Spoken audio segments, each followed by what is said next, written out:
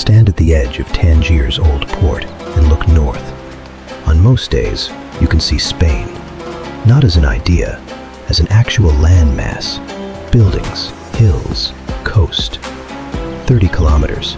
A fast ferry covers it in 35 minutes. A man in his 40s stands at the railing with a Moroccan passport in one hand and a French boarding pass on his phone in the other. He grew up in Lyon. He is going home for his mother's 73rd birthday. He will stay 2 weeks. He will cross back. He has done this 18 times since he left at 19.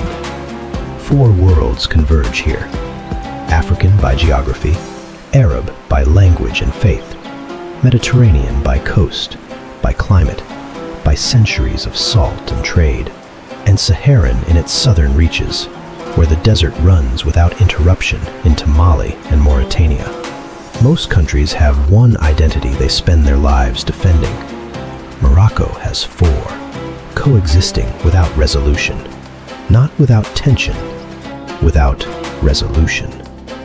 A woman in a jalaba speaks French into her phone outside a tiled doorway. A teenager in a football shirt cuts between pedestrians on a motorbike. A porter shoulders a wooden frame loaded with ceramic tiles. 3 different registers of the same city. 30 seconds of real time.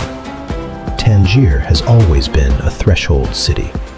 The Romans called this coast Tingis and built a provincial capital here. The Phoenicians traded through it before them.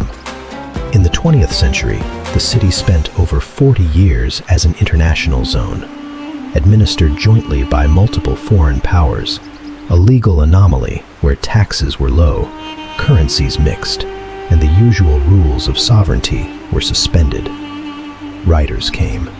Some stayed for decades.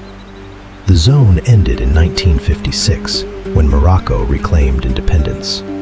The man at the railing pockets his passport and walks toward the terminal. Behind him, the Spanish coast disappears behind a container ship moving east through the strait. The ship is registered in Panama.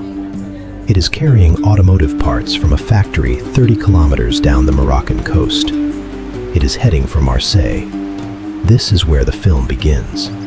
Not at a famous square or a postcard landscape, at the edge of things, where crossing is always possible and staying is always a choice. If this film reaches you, subscribe. There is more of the world to see. The Riff Mountains rise almost immediately from the sea. Drive south out of Tangier, and within an hour, the road is climbing through limestone gorges, the air cooling, the valley filling with afternoon mist. Chefchaouen sits in a fold of the Riff, founded in 1471 by Moorish and Jewish refugees expelled from Andalusia by the Spanish crown. They came across the strait with their architecture, their music, their ceramic traditions, and their grief, and rebuilt a version of what they had lost in the crease of an African mountain range. The blue-washed walls the town is photographed for constantly are not original. The blue came later, introduced gradually through the 20th century, its exact origin still disputed.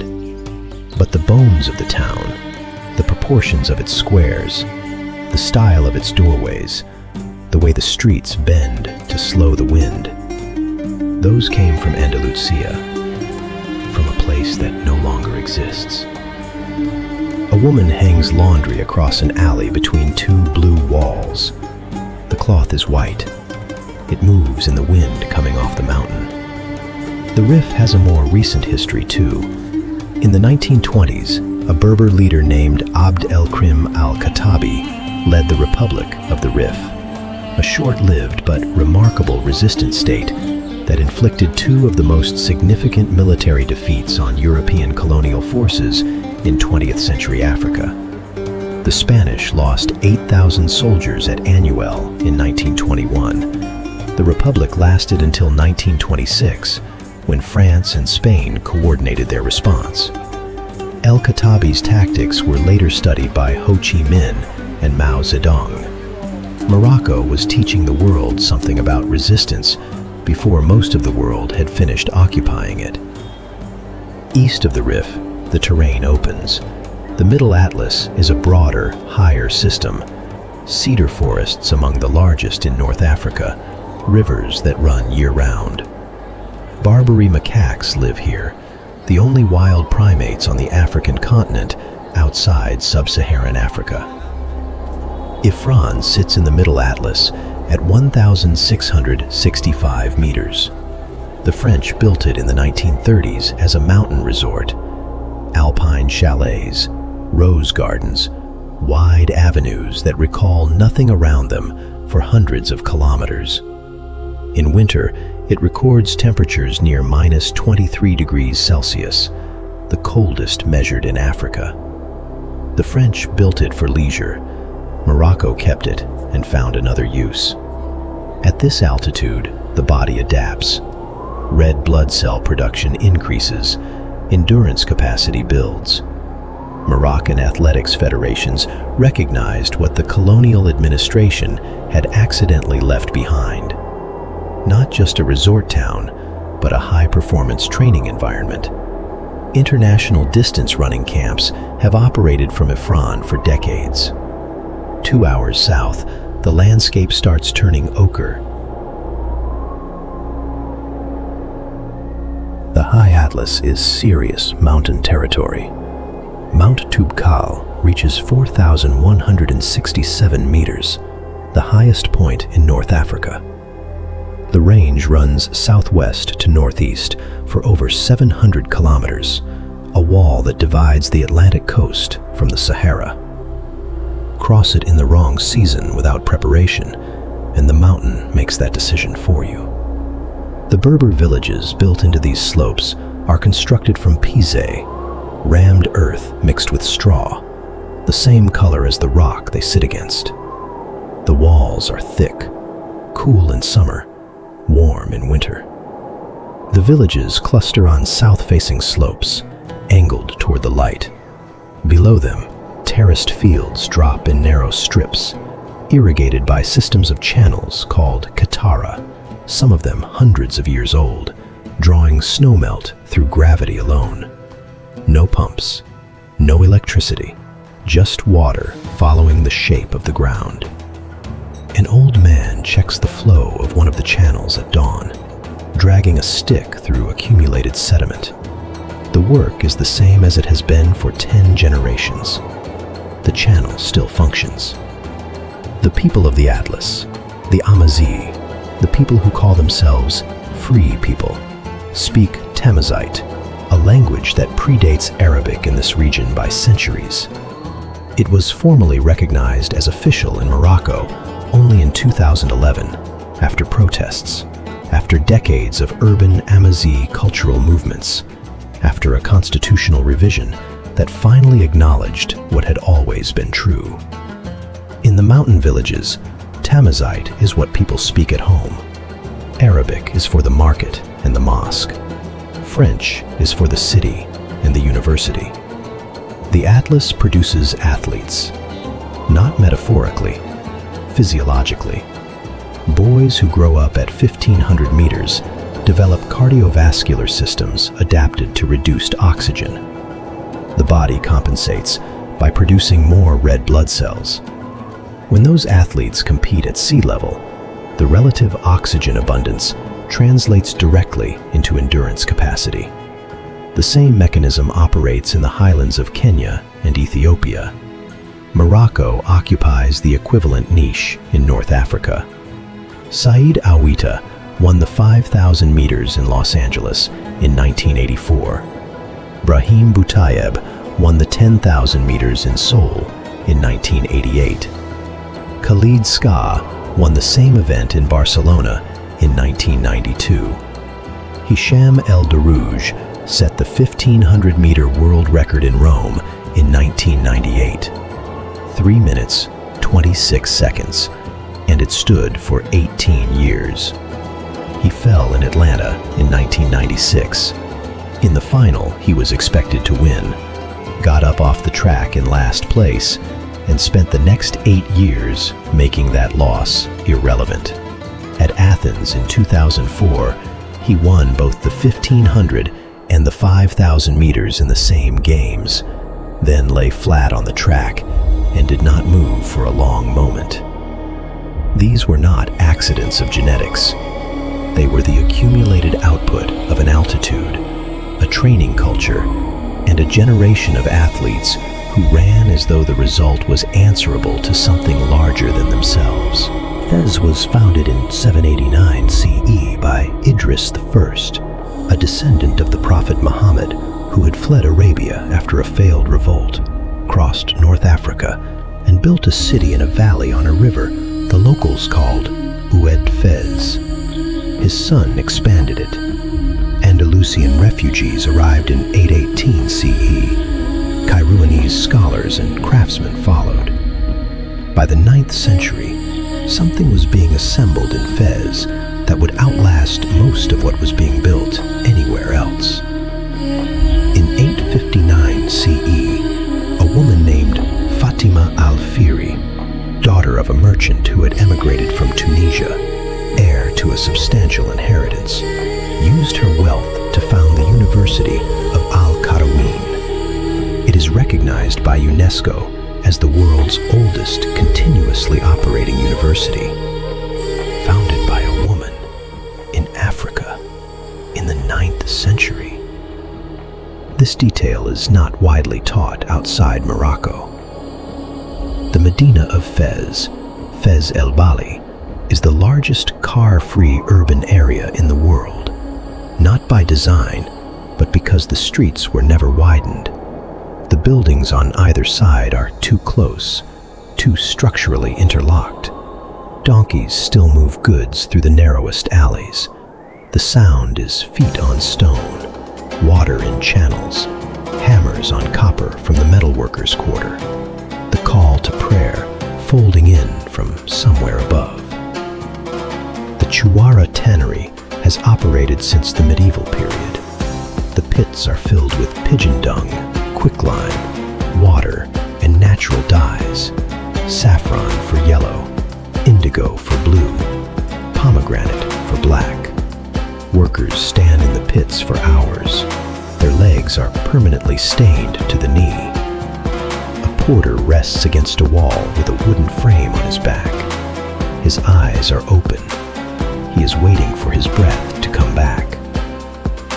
1,000 years after Fatima al-Fihri, a young woman from the Souks Valley won an Olympic gold medal in Los Angeles.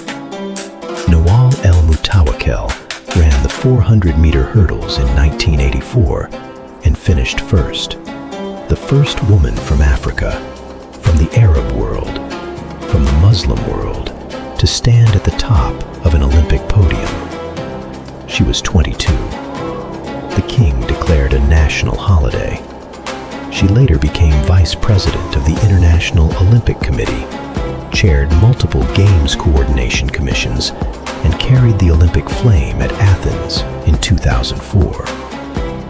The connection between Fatima al-Fihri and Nawal El-Moutawakel is not one of lineage, it is one of fact. 12 centuries apart, both women did something the people around them had not considered possible. Both were educated, both were ambitious, and neither waited for permission. Today, Moroccan women hold positions in the judiciary, in government ministries, in university faculties, in private sector leadership. Female literacy runs at roughly 60% nationally, a gap that narrows in cities and widens in rural areas. In the cooperatives of the Souks Valley, women manage argan oil supply chains and negotiate contracts with European cosmetics buyers. The image of Morocco as a traditional society resistant to female participation is not wrong. It is also not complete. Marrakesh was built as a capital. Founded in 1062 CE by the Almoravids, a dynasty of Saharan Berbers who came north out of the desert and built an empire stretching from Senegal to Spain, the city was placed deliberately at the foot of the high Atlas on the Haouz Plain, close enough to the mountains to have water. Built from pisé, from the reddish-brown earth of the plain, everything here carries that color. The walls, the roads, the dust on the orange tree leaves. At sunset, the color deepens until the city seems to emit rather than reflect light. The Koutoubia Mosque was completed in 1199. Its minaret stands 77 meters and became a reference point for Islamic architecture across the Western Mediterranean. The Giralda Tower in Seville was modeled on it. The Hassan Tower in Rabat was modeled on it. The lower sections carry no surface ornamentation, just brickwork, just geometry, just the shadows the sun pulls across it through the day. The Jama El Fana Square is a UNESCO Intangible Cultural Heritage Site, not for its buildings, but for its living practices. Storytellers, musicians, healers, acrobats, vendors of grilled meat and pressed juice. The square empties in the early afternoon when the heat is absolute. It fills again at dusk. The same cycle, repeated daily for several centuries. On an evening in December 2022, this square filled differently. Morocco had just beaten Portugal in the World Cup quarterfinals. The streets of Marrakesh, Casablanca, Rabat, and 100 smaller cities went loud in a way that had no precedent in living memory. The celebrations spread into Paris, Brussels, Amsterdam, into every city with a significant Moroccan community. The national team squad was largely European-raised, children of the diaspora who chose the country of their families rather than the country of their birth. They eliminated Belgium, Spain, and Portugal in succession. 3 giants. The coach had been in the job for less than 4 months. Morocco conceded 1 goal in the entire tournament, an own goal. For a country that navigates its identity across 4 worlds simultaneously, the World Cup run produced something rarer than a sporting result. It produced an unambiguous moment when all 4 worlds agreed on the same thing. Down a narrow alley off the square, a man sits alone at a small table playing cards against himself. No performance, no audience. A glass of tea going cold beside him. The light through a gap in the wall at an angle that will last another 15 minutes and then be gone. If these stories move you, hit like. It tells the algorithm that depth still matters. South of Marrakesh, the Atlas drops toward the Dra Valley. The road climbs through switchbacks, vegetation thinning with every 100 meters, color shifting from green to gray to rust. At the Tizi and Tichka Pass, 2,260 meters, the air carries nothing. No moisture, no smell of anything living. Below, to the south, a longer view opens. Descending, you enter the pre-Saharan zone. This is where Morocco's great Kasbahs stand. Aït Benhaddou is the most photographed, a cluster of pisé towers rising in tiers above a river that is mostly dry. Built between the 11th and 17th centuries, the date's uncertain because construction was gradual, family by family, each household adding a tower when it could. It was a staging point for trans-Saharan caravans loaded with gold, salt, ivory, and enslaved people. The trade ended in the 19th century when European powers disrupted the overland networks. The Kasbah remained. 30 families still live inside it. Aït Benhaddou has appeared in Gladiator, Lawrence of Arabia, Game of Thrones. Film crews arrive, build temporary structures, leave. A woman inside one of the inhabited towers hangs a pot on a hook. The same motion in the same building for several hundred years. While outside, a tourist photographs the exterior wall. On the Atlantic coast, 20 kilometers north of Agadir, Tagazout was a fishing village until surfers arrived in the 1970s following the Atlantic swells. Anchor Point produces right-hand waves on its best days, rides of 200 meters barreling along a rocky headland with the Atlas Mountains behind. International surf camps, yoga retreats, a designated surf resort zone approved by the government, have changed the village. For those who found it early, it is a different place. For the local economy, it is a different kind of place. Both things are true simultaneously. But Morocco's most significant movement toward the Atlantic is not recreational. It is migratory. Tangier and Nador and Al Hoceima and the beaches east of Tétouan are points of departure. Every year, thousands of Moroccans attempt the crossing to Spain. Young men from the Riff, from the south, from the cities, alongside sub-Saharan Africans who have crossed the Sahara and arrived in Morocco as a transit country on a longer journey. Over 4 million Moroccans live in Europe, France, Spain, the Netherlands, Belgium. They send remittances home, money that exceeds, in most years, total tourism revenue. They return for summer. They call home. They send their children back for holidays, so the children speak Darija, remember the names of cousins, understand what the country is. The man on the Tangier ferry is not exceptional. He is a statistical majority. The Dra River once flowed from the Atlas to the Atlantic. Today, it rarely reaches the sea. The water is taken before it gets there. Below the anti-Atlas, the Sahara begins. Not the Sahara of postcards. The great dunes near Merzouga are real, rising to 150 meters, but they cover a small fraction of the total desert. Most of the Moroccan south is reg, flat gravel plain, dry riverbeds called weds, black basalt formations stretching to the horizon. The cold at night is genuine. It drops near zero. A herder moves his goats across the gravel at dawn, dressed for it, going somewhere specific. The Tuareg use a single word, aman, for both water and life. Not metaphorically linked, the same word. The distinction was never necessary. This desert does not end at a political border. It continues south into what Morocco calls its southern provinces, and what the rest of the world, depending on position, calls the Western Sahara. This is not a footnote. It is one of the world's longest active territorial disputes, and one of the least discussed in proportion to its complexity.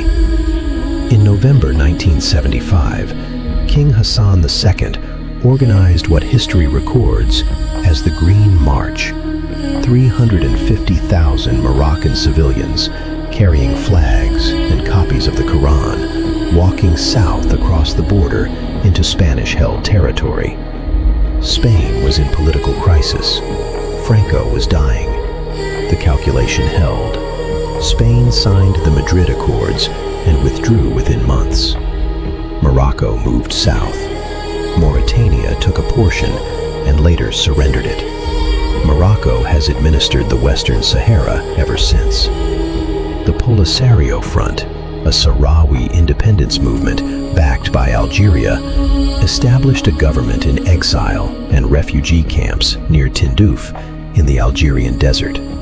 Approximately 100,000 Sahrawi refugees have lived there for nearly 5 decades, born in the camps, educated in the camps, some dying in the camps without having lived anywhere else. The UN has been attempting to broker a self-determination referendum since 1991. The referendum has not happened. Morocco's argument rests on historical sovereignty and present investment. Roads, hospitals, schools, and a deep water port at Dakhla, positioned to become one of Africa's most strategically important Atlantic terminals. The stakes are not merely symbolic. The Western Sahara sits above phosphate deposits. Morocco already holds approximately 70% of the world's known phosphate reserves. The Office Chérifien des Phosphates, OCP, is among the most consequential fertilizer companies on Earth. In an era when global food production depends on phosphate-based inputs, and those reserves are finite and concentrated, Morocco's geological situation is a structural geopolitical asset that very few people outside agricultural economics fully recognize. Near Ouarzazate, the Noor solar complex covers nearly 3,000 hectares of desert. Curved mirrors in vast concentric arcs track the sun and focus energy onto central towers, one of the largest concentrated solar installations in the world. Morocco imports most of its energy and has committed to producing 52% of its electricity from renewables by 2030. The Sahara that appears empty from a road is generating power. What looks like absence is infrastructure. Coming into Casablanca from the south, the port cranes announce the city before its skyline. Gantries in a row against the sky, orange-yellow, moving. The port handles the majority of Morocco's foreign trade. It does not stop, not at night, not on Eid. A truck driver waits outside the port gate, engine idling, arm resting on the window.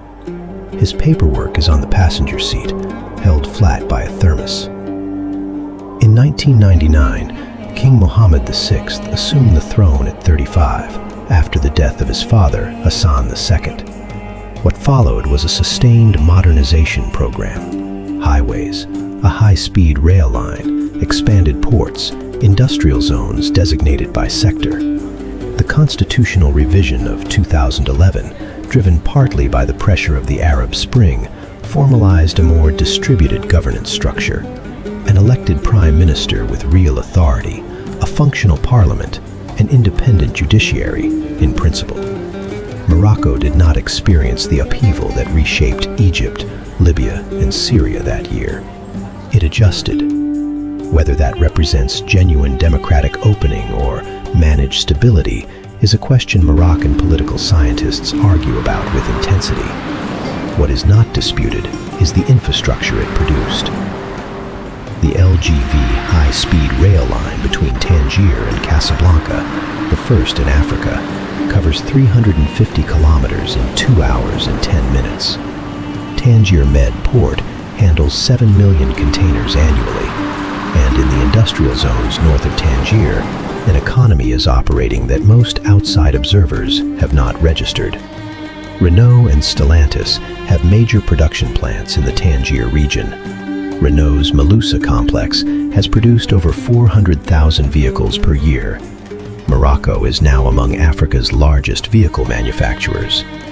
The Moroccan automotive city in the Tangier Med Zone functions as an integrated ecosystem. Parts suppliers, assembly, logistics, export. Components produced here enter Renault, Peugeot, and Citroën supply chains across Europe. The container ship carrying automotive parts past the port this morning came from here. Alongside automotive, aerospace.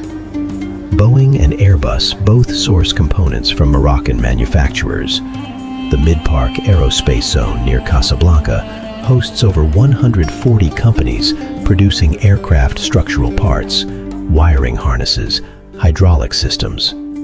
Workers who might have emigrated to France 10 years ago are now assembling parts for the aircraft that fly over the strait. The Hassan II Mosque stands at the ocean's edge on a platform built over the sea. Completed in 1993, it holds 105,000 worshippers simultaneously. The minaret reaches 210 meters. At night, a laser mounted on the tower points toward Mecca. The hydraulic roof panels retract to open the interior to the sky. Outside its radius, the city's informal settlements house hundreds of thousands in structures built without permits. Women work long shifts in garment factories, producing under contract for European brands. The garments cross the Mediterranean. In European shops, they carry price tags that bear no visible relationship to what was earned to make them. 5 million people. The city consuming the surrounding plain faster than any plan can track. Friday couscous takes the morning to make. The grain is hand-rolled, steamed twice. The vegetables are arranged over the mound in an order that varies by family, by region, by what the mother learned and what she changed. The dish arrives at the table around noon. People eat. The conversation begins. A man who moved from an Atlas village to Casablanca at 22 still sends money home, still returns for Eid, still calls his father before major decisions. The distance from the city to the village is measured in hours. The shift in behavior is slower. Bread is baked daily. In Medina neighborhoods, communal ovens called faran still operate. Families bring their prepared dough in the morning, marked with a stamp, and collect it baked later. A girl of about 10 carries a tray of unbaked dough on her head through an alley, walking without looking down. Mint tea is poured from a height, a thin stream into small glasses, creating foam. Gunpowder green tea, fresh mint, more sugar than seems structurally possible. It is offered at every transaction, every conversation, every wait. Ramadan changes the country's rhythm entirely. Cafes close during daylight. Streets that are normally loud go quiet in the afternoon. At iftar, the breaking of fast at sunset, the cities go nearly silent for a few minutes while everyone eats simultaneously. Then the streets fill again. Bakeries open past midnight. Families visit until 2 in the morning. Moroccan Islam carries strong Sufi influence. Saints' tombs, local festivals called musems, the veneration of holy figures whose authority exists outside the official religious hierarchy. The state appoints imams and controls the mosque curriculum. The king holds the title Commander of the Faithful. The religious and the political are not separate systems here. They are the same system. But Morocco's daily conversations are increasingly about things the mosque does not address. Youth unemployment runs above 30% in urban areas. Nearly half of young Moroccans between 15 and 24 are neither employed, in education, nor in training. University graduates drive taxis. Engineers emigrate. The economy produces credentials faster than it produces relevant work. Water stress is acute and worsening. Rainfall has declined across Morocco over the past 2 decades. The southeastern oases, communities built over centuries around specific groundwater, are watching their aquifers drop. The Souks Valley, which produces most of Morocco's fruit and vegetable exports to Europe, draws water from reserves that are not being replenished at the rate they are extracted. The agricultural sector employs roughly 1/3 of the workforce and remains heavily rain-dependent. A farmer from the Souks Valley sits outside his house in the late afternoon. His tomatoes grow under plastic sheeting. Water comes from a drip line connected to a tank he fills twice a week. He is 57. His son is in Rotterdam. Tangier Med Port opened in 2007 and has expanded continuously since. It is now the largest port in Africa and among the largest container terminals on the Mediterranean. Over 7 million containers annually. Ships from China arrive and are transshipped to Spain and France within hours. From the hills above Tangier, on a clear night, the lights extend along the coast for kilometers, the cranes moving in the dark. Morocco will co-host the 2030 FIFA World Cup alongside Spain and Portugal, the first tournament held across 3 continents simultaneously. New stadiums are under construction in Casablanca, Rabat, Agadir, Marrakesh, Fez, Tangier. The infrastructure investment is the largest single sporting commitment in Moroccan history. A generation of children who were in primary school during the 2022 World Cup semifinal we'll watch the 2030 opening match on home soil. 40 kilometers from the port, in the Medina of Tétouan, a UNESCO World Heritage Site, another city built by Andalusian refugees, a cobbler sits on a low stool repairing a pair of babouches. His tools are laid out on a cloth beside him. An awl, thread, a small hammer. He does not look up when people pass. He has worked this way for 30 years. The man from the Tangier ferry at the beginning of this film is somewhere in this city tonight. He arrived this morning. He took a taxi to his mother's house. She was waiting at the door. He carried a suitcase with things from Lyon she had asked for, things that do not easily cross from there to here. They will eat dinner together. He will sleep in the room he grew up in. In 2 weeks, he will cross back. The 4 worlds Morocco holds simultaneously, African, Arab, Mediterranean, Saharan, are not a branding exercise or a tourism slogan. They are a structural condition, present in the geography, the language, the food, the legal system, the agricultural calendar, the faces of the people. The country is not trying to resolve them, it is navigating them. The outcome of that navigation is visible in a deep water port that handles traffic from 3 continents, in a high-speed train connecting a medieval Medina to a container terminal, in factories assembling automotive parts for European supply chains, and aircraft components for planes that fly over the strait, in a phosphate company controlling a significant share of global food security, in a World Cup semi-final run that unified a diaspora across 5 countries in a single evening, in a cobbler in Tétouan who has not looked up in 30 years because the work in his hands is sufficient. The strait is still 30 kilometers wide. The Atlas still divides the Atlantic world from the Sahara. The desert still begins an hour south of where the cedar forest ends. The ferry that left Tangier this morning is already docking in Algeciras. Another is on its way back. It crosses every day, in both directions. And the strait remains narrow, gray, constant.